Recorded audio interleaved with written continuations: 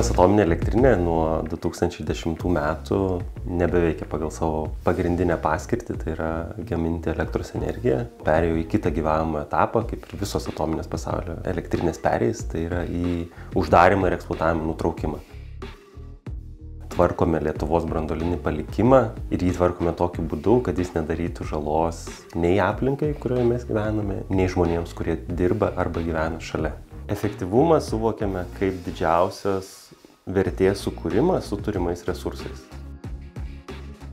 Kadangi esame finansuojami ES ir Lietuvos biudžeto pinigais, norime grąžinti valstybei ir visuomeniai tą naudą, kurią sukūrėme maksimaliai. Skaidrumą savo organizacijoje suvokiame kaip dialogo kūrimą su mūsų suinteresuotomis šalimis. Ir jų turime įsivardyję savo strategijoje 5. Ir joms mes siekiame atskleisti kuo daugiau informacijos apie mus, mūsų veiklą ir kaip mums pasisekė pasiekti tuos rezultatus, kuriuos buvom pasižadėję.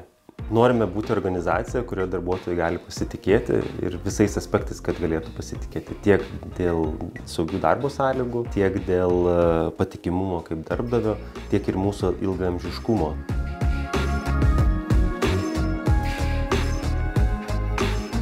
Ignalinos atominės elektrinės misija yra sutvarkyti Lietuvos branduolinį palikimą saugiai ir efektyviai.